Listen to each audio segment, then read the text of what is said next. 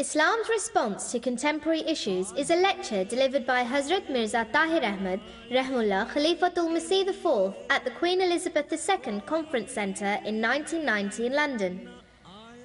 The central theme of the lecture is peace, based on Quranic teachings.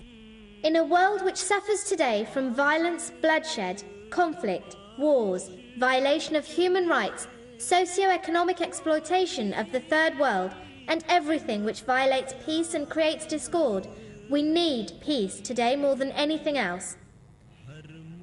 Discussing peace under various headings, the author has covered a wide variety of topics from interreligious peace and harmony, social peace, economic peace, peace in national and international politics, and individual peace. Its message is timeless and relates to the future prospects for peace. It is a compulsory read for non-Muslims as well as for those Muslims who have forgotten the true message of Islam. आओ लोगों के यही नूर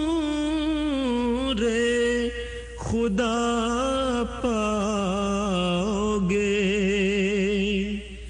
आओ लोगों के यही खुदा पाओगे लो तुम्हें तौर तसल्ली